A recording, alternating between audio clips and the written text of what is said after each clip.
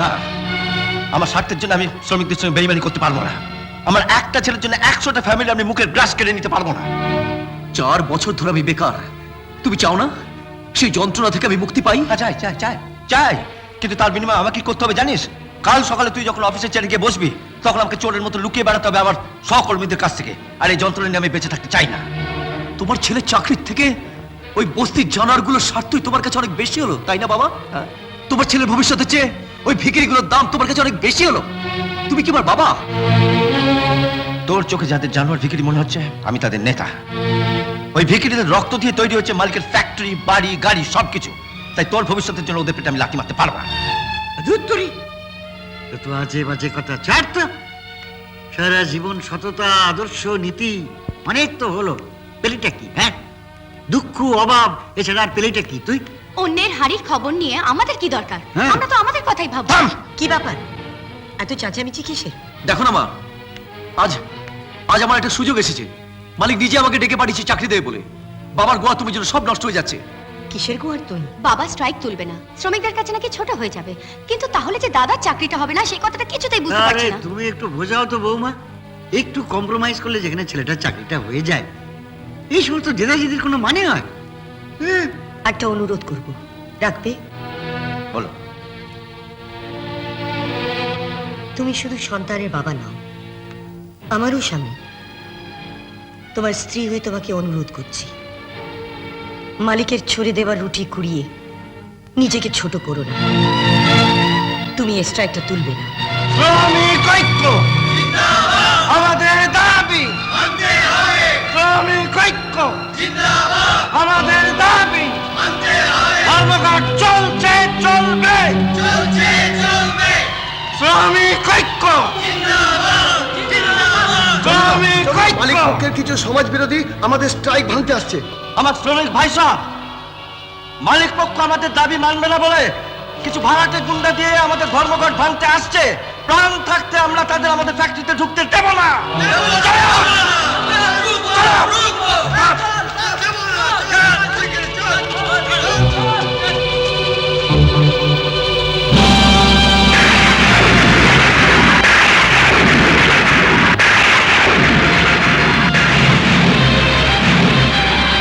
রাজা, তুই তুই তাহলে এদের নেতা? রাস্তা ছেড়ে দাও। রাজা, এ কাজ করিস না, এটা মালিকের চালাকি। তোদের চাকরি দেবে বলে ভাওতা দিচ্ছে, আসলে তোদের দিয়ে আমাদের ধর্মঘট ভাড়াতে চাইছে। আর সেই ফাঁদে তোরা পা দিয়েছিস, তোদের গুন্ডা বানাচ্ছে। চুপ করো। জন্ম দিয়ে রাস্তায় ছেড়ে দিয়েছো, বাড়ি আমাদের নিষ্কর্মা, আর সমাজ আমাদের কপালে বেকার লোফার গুন্ডার চাপ মেরে দিয়েছে। আজ আমরা গুন্ডামি করবো, রাস্তা ছেড়ে দাও। না, রাস্তা ছাড়া হবে না।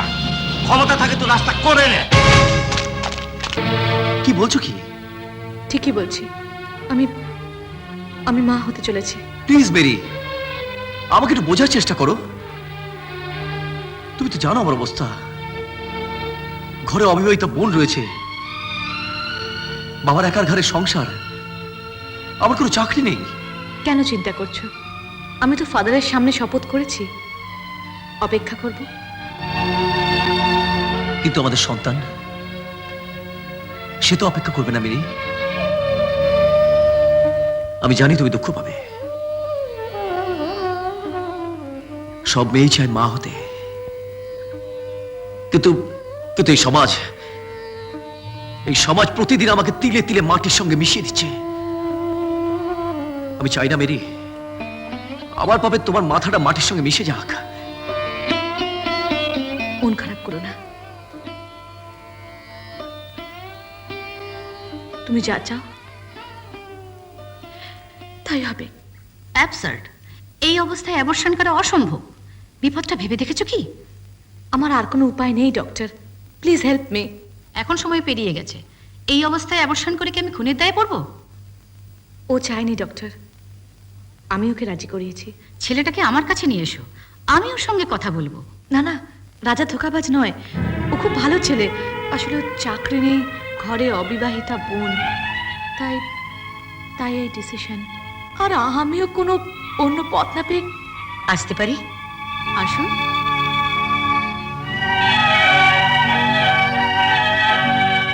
তোমার নাম? মেরি। বিশ্বাস করুন, এখন আমার ছেলের বিয়ে দেওয়া কোনোভাবেই সম্ভব নয়। সে কি কথা? আপনার বাবা আমার বাড়িতে গিয়ে নিজে বলে এলেন ইঞ্জিনিয়ার পাত্র বিলেত থেকে এসেছে, এ মাসেই বিয়ে করে আবার বিলেত চলে যাবে। বাবা এই কথা বলেছেন? হ্যাঁ। আশ্চর্য। বাবা, বাবা, কি হলো? তুমি কি রাজার বিয়ের কথা বলেছো? রাজার বিয়ের প্রস্তাব? হাস্যকর প্রস্তাব। কোত্থেকে সব খবর পান বলুন তো আপনারা? বাহ, আপনি নিজে নেমন্তন্ন করে এলেন আর এখন চিনতেই পাচ্ছেন না? আমি আমি কি পাগল না আমার মা? কি হলো? কি? আমি লুঙ্গিটা ছেড়ে আসি। এই যে বুড়ো, পালাচ্ছ কোথায়? হ্যাঁ, নিশ্চয়ই দেবাইতে চব্য চাষ খেয়ে তুমি উল্টে পাল্টা বলে এসছো। হ্যাঁ, আপনার শুনুন, আমার দাদু যুধিষ্ঠির হলো জীবনে কোনোদিন সত্যি কথা বলেনি। আমি ইঞ্জিনিয়ার নই, আর বিয়ের তো নই। আমি একটা নির্ভেজাল বেকার। সে কি? উমা, এ কি সব বলিসে কথা গো? শুনলেন তো আপনারা? তাহলে এবার আপনারা আসুন। শুনুন চন্দ্রবাবু, যা হবার হয়েছে। এখন আপনি রাজি থাকলে আপনার ছেলের সঙ্গে আমি আমার মেয়ের বিয়ে দিতে রাজি।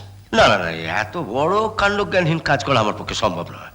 আমার ছেলে বেকার জেনেও আমি আপনার মেয়ের সঙ্গে কেমন করে বিয়ে দেবো? আহা, আপনার ছেলের চাকরি আমিই করে দেবো। আর নগদ? হ্যাঁ, ছাড় না। দেনা পাও না? নগদ 50,000 টাকা আমিই দেবো। না, তাহলে তো কতটা এবার ভাবা যেতে পারে। ওই টাকায় রানীর বিয়েটা হয়ে যাবে। তুই রাজি হয়ে যা চন্দন। তোমার লজ্জা পাওয়া উচিত বাবা। কেন? তোমরা সবাই মিলে আমার মাথাটা মাটির সঙ্গে মিশিয়ে দিচ্ছ। রাজা বেকার জেনেও আমি কি করে? আপনারা আসুন, আমার পক্ষে এখন বিয়ে করা সম্ভব নয়। কেন সম্ভব নয়? চাকরি পাবি, টাকা পাবি, আর কি চাই তোমার? তোমার কি এমন পাকনা গজিয়েছে? কোনো অসুবিধা নেই। আছে, অসুবিধে আছে। বিয়ে ওর এখন হবে না। আপনারা কিছু মনে করবেন না, আপনারা আসতে পারেন। ভারী আশ্চর্য লোক তো আপনারা। চলো চলো।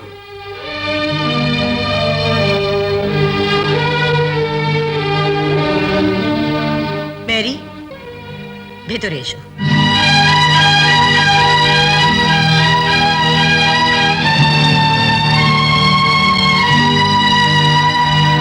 মেরি, তুমি? ম্যারি, ইনি হচ্ছেন তোমার স্বামীর দাদু। ইনি তোমার শ্বশুর, আর এই হলো তোমার ননদ রানী। এসব কি বলছো তুমি? হ্যাঁ, তোমার গুণধর ছেলেকে জিজ্ঞেস করো। এই মেয়েটা মা হতে চলেছে। এই অবস্থায় ওকে কোথায় ফেলবো?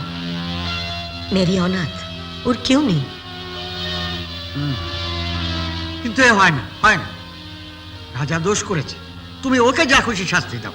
তাই বলে একটা খ্রিস্টান মেয়েকে ঘরে তুলে তুমি আমাদের সবাইকে শাস্তি দেবে নাকি? না না, তুমি ওকে বার করে দাও। দাদু, তুই থাম। দেখো বৌমা, বাবা, আমি একজন মা। মা হয়ে আর এক মায়ের যন্ত্রণা বুঝি। তাই আমি কোনো জাতপাত মানি না। আমি এই অনাথ মেয়েটিকে বাড়ির বউ করে এনেছি। এই, আরে, একটা খ্রিস্টান মেয়ে হিন্দু ঘরের বউ হবে? নিজের মেয়েটাকে কি করে বিয়ে দিবি ভেবে দেখেছিস? বার করে দে, বার করে দে। ওর অদৃষ্টে যা আছে তাই হবে। ওর ভাবনা ওর, আমাদের না। ঠিক বলেছেন আপনি। আমার জন্যে আপনাদের সংসার ভেঙে ছারখার হয়ে যাবে, এ আমি চাই না। আমি যাচ্ছি। দাঁড়াও।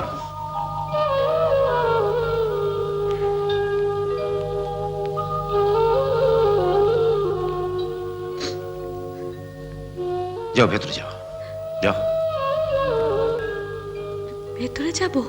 হ্যাঁ, তুমি যদি আমার মেয়ে হতে, আমি কি পারতাম তোমাকে এভাবে তাড়িয়ে দিতে? বাবা। আরে পাগলি, না না, কাঁদে না, কাঁদে না। আজ থেকে এখানেই থাকবে, এটাই তোমার ঘর।